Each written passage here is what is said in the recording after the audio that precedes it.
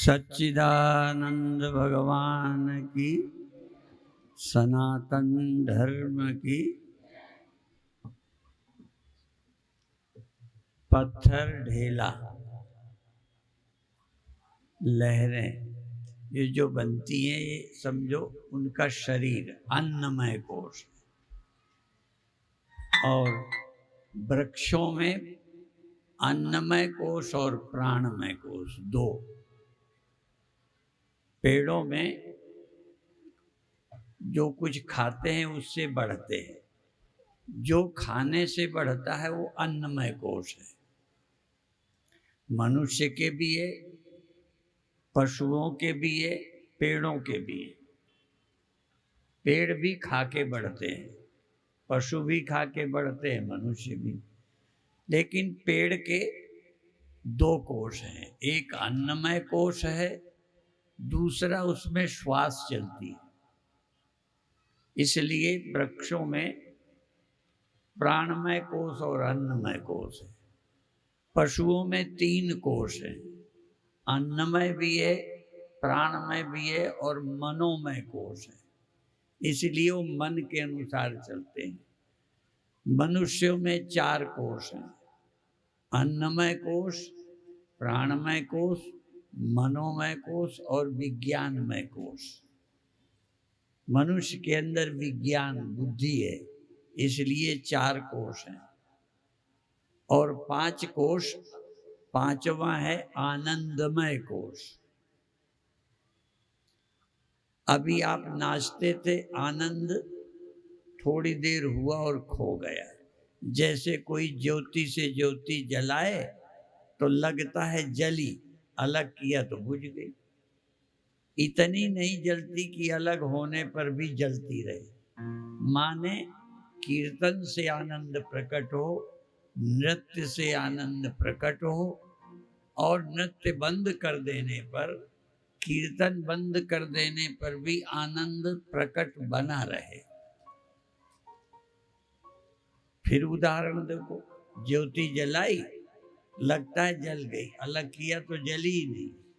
ऐसे ही आपका आनंद हुआ, हो गया। अभी आनंदमय कोश का जागरण नहीं हुआ, आनंद बना रहे।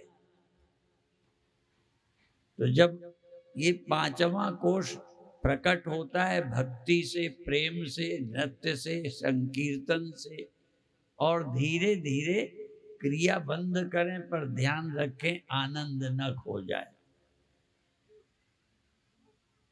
जिस आनंद को हमने कीर्तन से जगाया, नृत्य से जगाया, धीरे धीरे नृत्य कम करें, धीरे धीरे कीर्तन की आवाज कम करें, धीरे धीरे ताली बजाना कम करें, पर ध्यान दें आनंद कम तो नहीं हो रहा। वो जो प्रकट किया है वो न खोए, और वो न खोए तो जीवन आनंदमय होगा। इसलिए सारी साधना, भक्ति, पूजा पाठ, गुरु बनाना आनंदमय कोश के प्रादुर्भाव के लिए।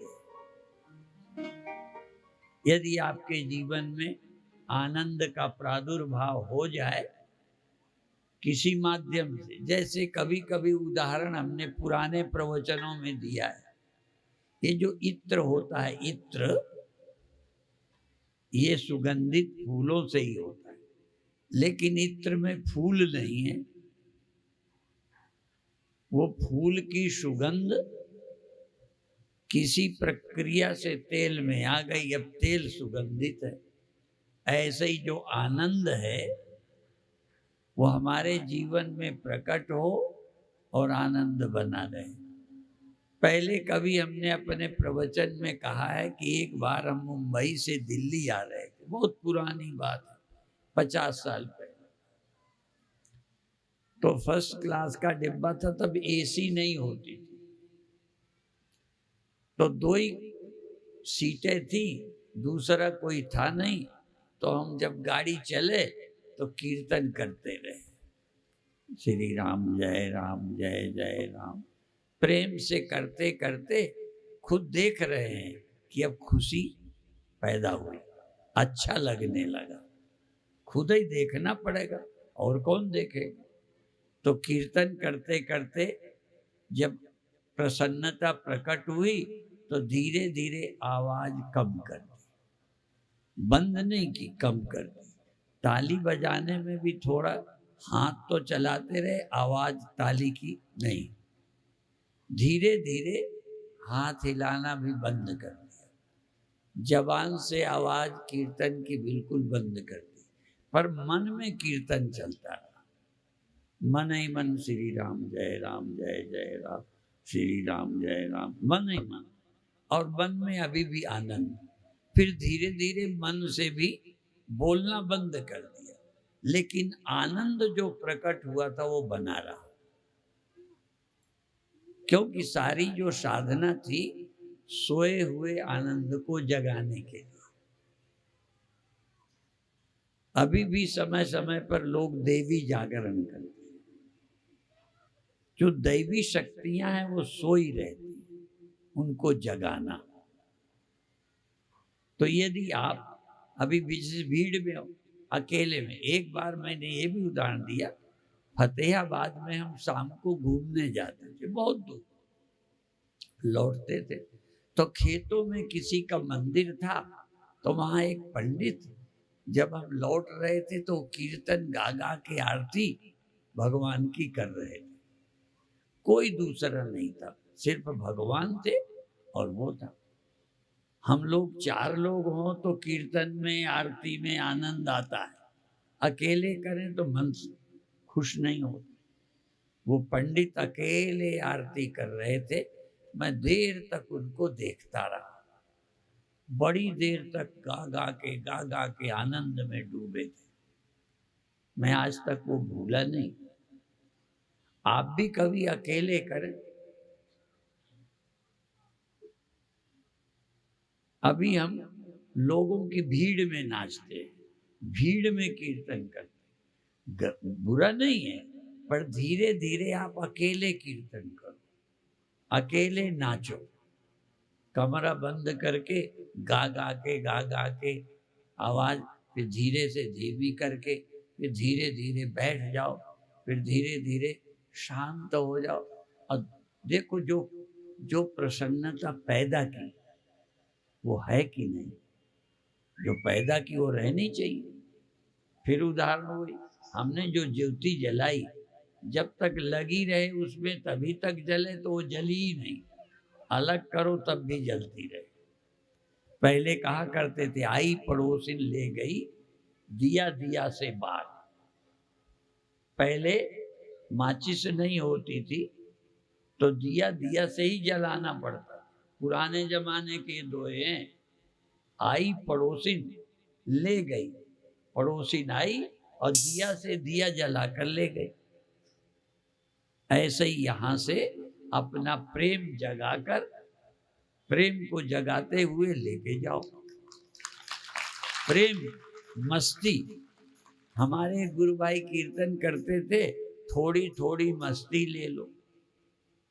अब उनका शरीर नहीं है, थोड़ी थोड़ी मस्ती ले लो, और हमने तो ली सब कुछ देकर, तुम हमसे सस्ती ले लो, थोड़ी थोड़ी मस्ती ले लो।